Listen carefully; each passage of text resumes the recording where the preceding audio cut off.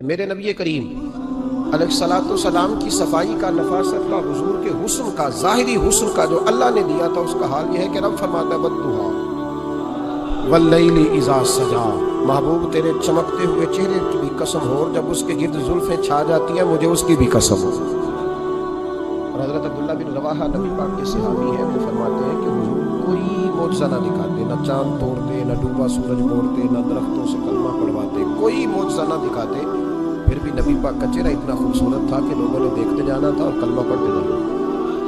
یہ حضور علیہ السلام کے ظاہری حسن کا حال تھا، لیکن اس کے باوجود اللہ کے محبوب آئینے کے سامنے کھڑے ہو کے کنگھی فرماتے تھے، تیل استعمال فرماتے تھے۔ اللہ کے محبوب علیہ السلام اپنے بالوں کے درمیان سے مانگ نکالتے تھے، آدھے بال ایک طرف ہوتے تھے، آدھے ایک طرف ہوتے تھے، اور صحابہ فرماتے ہیں کئی دفعہ حضور امامہ اتارتے تو ان بالوں کے بیچ جو خوشبو لگی ہوتی اس کا رنگ بھی ہم دیکھا کرتے۔ حضور صاف لباس پسند کرتے تھے۔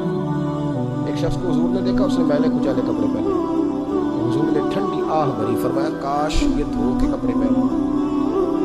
ایک شخص کو دیکھا بال بکھرے ہیں، کنگھی نہیں کی، تو حضور فرمانے لگے کاش یہ کنگھی کر لیتا۔ نفاست پسند آدمی پہ نا بوجھ بنتا ہے۔ جو آدمی، آپ کو پتہ ہے کہ امام شافعی تو فرماتے ہیں جمعے والے دن غسل کرنا واجب ہے، مت غسل نہ کرے تو جمعہ ہی نہیں ہوگا۔ اگرچہ ہمارے امام صاحب کے نزدیک سنت ہے۔ یہ سنت کب بنا؟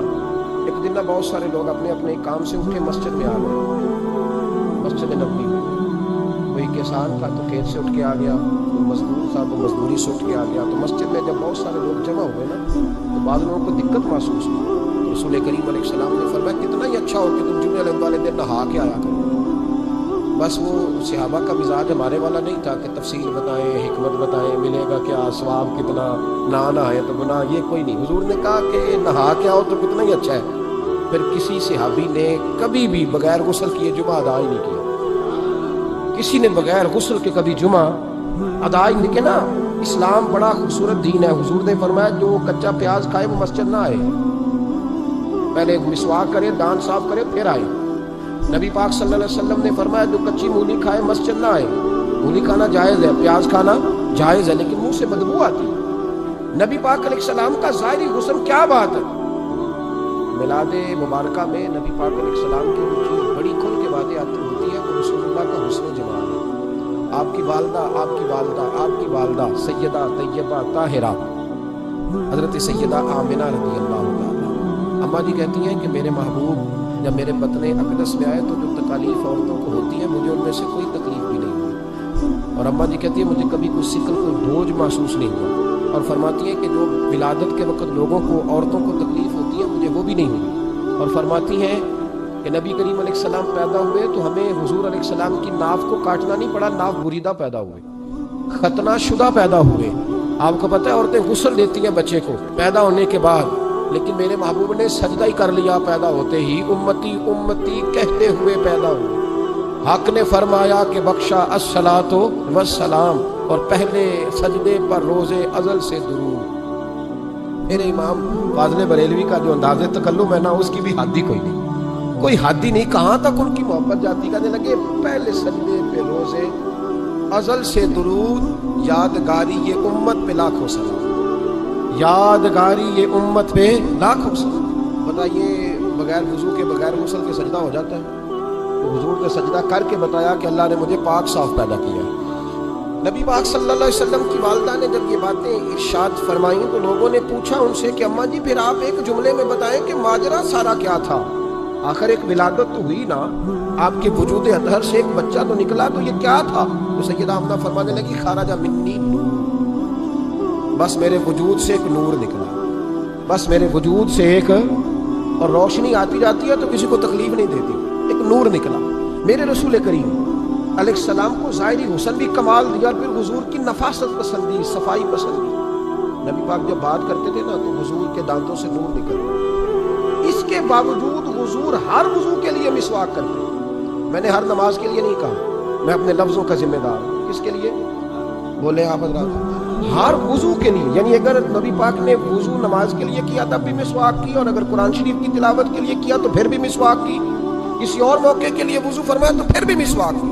اور سیدہ عائشہ فرماتی ہے جب بھی حضور گھر سے نکلنے لگتے پہلے مسواک فرماتے۔ حالانکہ رسول پاک کے دندان اقدس تو نور والے تھے، ضرورت ہی نہیں تھی، ہماری تعلیم کے لیے نفاست پسندی.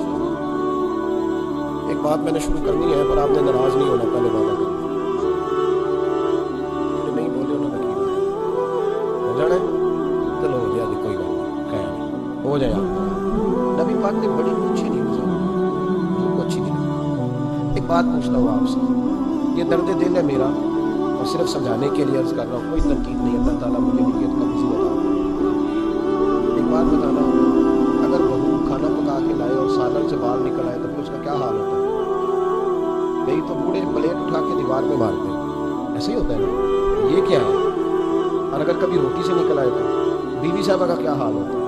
یہ کوئی طریقہ ہے کھانا پکانے کا؟ اور اللہ تعالیٰ معاف کرے، اگر کبھی ہوٹل میں چلے جائیں، امیر لوگ 15,000 کا ڈنر کرتے ہیں، وہاں کسی سالن کی پلیٹ سے بال نکل آئے تو پھر تو پیسے کیا دینے ہیں، پھر تو ان کو اور جرمانہ ہوگا. یہ تو سارے بال نکل آئے تو مشکل. اور ویسے بھی جو نفاست ہے نا طبیعت کی، اس پر بوجھ بنتا ہے. بال کھانے میں ہو، آٹے میں ہو تو بوجھ بنتا ہے.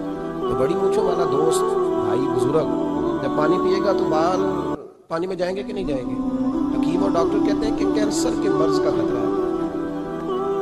اب باقی بھی راضی نہ ہو، حضور نے بڑی مونچھیں بھی پسند نہیں کی اور چھوٹی داڑھی بھی پسند نہیں کی. حضور نے فرمایا داڑھیاں بڑھاؤ، مونچھوں کو پست کرو، مشرکین کی مخالفت کرو. اور ایک مقام پہ رسول پاک علیہ السلام نے یہاں تک فرمایا کہ جو مونچھیں پست نہیں کرتا وہ ہم میں سے ہے ہی نہیں. یہ سخت لفظ. ایک صحابی تھے، آپ یقین کریں نا، کئی دفعہ دوستوں کو کہنا پڑتا ہے اور کئی دفعہ نا مجھے محسوس ہوتا ہے کہ یار ہم روز ہی کہتے ہیں، لیکن کہتے پتہ کیوں ہے کہ بوجھ بنتا ہے وہ بندہ اس طرح کی تباہ کے ساتھ. حضور نے پسند نہیں کیا. ایک شخص نبی پاک کے سامنے آیا، قاضی عبدالدائم صاحب نے لکھا ہے، بڑی خوبصورت بات لکھی ہے. کہنے لگے حضور کے سامنے وہ اکثر آیا کرتا تھا تو مونچھیں بڑی تھی، حالانکہ داڑھی بھی بڑی تھی، مونچھیں بھی بڑی تھی. 2-4 دفعہ حضور نے باتوں تاعت اللفظ سمجھایا. کچھ بندے نہیں سمجھتے. تاعت اللفظ سمجھاؤ یا بڑا کھول کے سمجھاؤ پر بات سمجھنے کو تیار نہیں ہوتے. پتہ نہیں کیا ایسا حسن ہے بھئی، جو حسن نبی پاک نے پسند نہیں کیا وہ کبھی حسن ہو سکتا ہے، کبھی خوبصورتی ہو سکتی ہے. وہ کسی کا ذاتی کلچر تو ہو سکتا ہے پر دین کی تہذیب نہیں. نبی کریم علیہ السلام نے کئی دفعہ سمجھایا تو ان کی سمجھ میں بات نہ آئی. ایک دن وہ بیٹھے ہوئے تو حضور نے ایک صحابی سے فرمایا کینچی لاؤ. کہنے لگے میں سمجھ گیا کہ میرے ساتھ کچھ ہونے لگا. ساتھ ہی حضور نے فرمایا ایک مسواک بھی لانا. کہنے لگے میں نے کہا بچت ہو گئی، میرے تو دانت صاف ہے. تو یہ شاید اس کی بات ہونے لگی ہے جس کے دانت بھی ٹھیک نہیں. دونوں چیزیں جب آ گئی نا تو حضور اٹھے اور نبی پاک نے مسواک ان کے ہونٹوں پہ رکھی. اسی سے ہونٹوں کے اوپر مسواک رکھ کے تو اوپر سے حضور نے منہ چھکا اور میں یہ نہ ایسا کرو، یہ چیز مجھے پسند نہیں. حضور نے نفاست پسند نہیں کرو. اب تو اللہ تعالیٰ خیر کرے ملانگا آ گیا مارکیٹ میں. ملانگ درویشی فقیری، ان کے پاس راش بھی زیادہ ہے، ان کے تلواروں پہ بھی راش رہتا ہے. جی کہتے ہیں حضرت صاحب درویش آپ میں روٹی تو پورے ٹائم پہ کھاتا ہے، مونچھیں کٹوانے میں درویش ہو گیا. نہ بال کٹواتا ہے نہ مونچھیں کٹواتا ہے. یہ گرو نانک کی تعلیمات ہے، یہ نبی پاک کی تعلیم نہیں. وجود کا کوئی بال نہ کٹوانا یہ سکھوں کا طریقہ ہے. مسلمانوں کا یہ انداز، یہ کدھر کی فقیری ہے؟ دین کوئی غلاظتوں والا ہے معاذ اللہ کہ بابا کپڑے نہیں بدلتا، بابا غسل نہیں کرتا، بابا بال نہیں کٹواتا. بابا ہے پاگل ہے. قطعی طور پر کوئی فقیری نہیں. فقیری صرف وہ ہے جو میرے نبی نے کیا ہے صلی اللہ تعالی. اس منبر پر بیٹھنا فقیری ہے کیونکہ حضور ہر جمعے بیٹھا کرتے تھے. مصلی پہ نماز پڑھانا فقیری ہے کیونکہ حضور ہر جمعے ہر 5 نمازوں کی حضور امامت فرماتے. دین کی تبلیغ کرنا فقیری ہے جو میرے نبی پاک کیا کرتے. خلاف پیغمبر کسے راہ گزیر، وہ فقیری نہیں، وہ تماش بھی نہیں ہے، لوٹنے کا طریقہ ہے. اس کے علاوہ کوئی سٹائل نہیں. فقیری صرف وہ ہے جو رستہ میرے رسول پاک نے ہمیں عطا فرمایا، اس سے ہٹ کر کوئی فقر نہیں. میری بات کی سمجھ آ گئی آپ حضرات کو؟ نبی پاک علیہ السلام صاف لباس، اچھے کپڑے، اجلا انداز. اچھا جو بات جہاں میں لے کے جانا چاہ رہا ہوں اس کو سمجھے. ایک آدمی ظاہری طور پر بڑا خوبصورت ہو پر کپڑے میلے کچالے پہنے، وہ بھی بندہ اچھا نہیں لگتا. ظاہری بھی حسن ہو، کپڑے بھی اس کے صاف ہو، لیکن بولے سخت، باتیں ترش کرے، تلخ جملے بولے تو اس کی بھی ساری پرسنالٹی ڈیمیج ہو جاتی، ختم. بڑا اچھا آدمی تھا، بڑا نورانی چہرہ تھا، بڑی خوبصورتی تھی، بڑا صاف ستھرا تھا، بڑا پاکیزہ تھا، کپڑے بھی بڑے خوشبو والے پہنے ہوئے تھے، بڑے صاف ستھرے لباس میں ملبوس تھا. لیکن جب اس نے بات شروع کی اور بزرگ تھا، سفید داڑھی تھی، معاذ اللہ تعالیٰ کسی بچے کو گالی دے دی، اچھا لگتا ہے؟ مجھے بتائیں اس کے پاس بیٹھنے کو دل چاہتا ہے؟ اس کی ساری پرسنالٹی جو ہوتی ہے وہ خراب ہو جاتی ہے. شخصیت کا جو ایک بھرم ہوتا ہے وہ ٹوٹ جاتا ہے. ایک روایت میری نظر سے گزری اور کیا ہی انداز ہے، امام زرقانی نے لکھی. ایک صحابی ہیں حضرت ابو